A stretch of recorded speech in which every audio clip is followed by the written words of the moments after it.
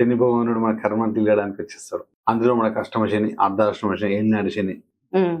స్వామివారి ఏ స్థానంలో దశ అంతర్దశ దశలో ఉన్నాడు, అంతర్దశలో ఉన్నాడు మేము ఉన్నా కూడా ఒక చిన్న రెమెడీ చేయడం వల్ల స్వామివారు మనకు ఎక్కువ ప్రశాంతమైన జీవితాన్ని ఇస్తూ మనకి ఇంకా డబ్బు కూడా కలిసి స్టార్ట్ చేస్తారు. మనం ఏదైనా కూడా భగవాన్ని ఆరాధిస్తున్నాం, కాకపోతే ఏ విధంగా చేయాలి, ఏ విధంగా చేస్తే బాగుంటుంది. చిన్న చిన్న రెమెడీస్ తోటి పెద్ద యాగాలు హోమాలు చేసిన తీరని కూడా చిన్న చిన్న ప్రయోగాల ద్వారా, చిన్న చిన్న రెమెడీస్ ద్వారా స్వామివారు శాంతి పట్టిస్తాం.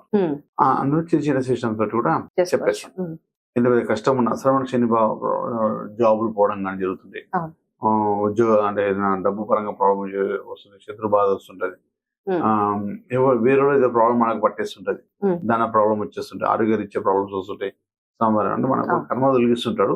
కాకపోతే మనం బాధను తట్టుకోవడానికి కొంచెం శక్తి కోసం మీరు చెప్తాను అనమాట అని చేస్తున్నాం. సోమవారం అతి సిస్టమ్ తోడు చేసి ప్రత్యేకమైన ధనాన్ని ఇస్తారు అనమాట.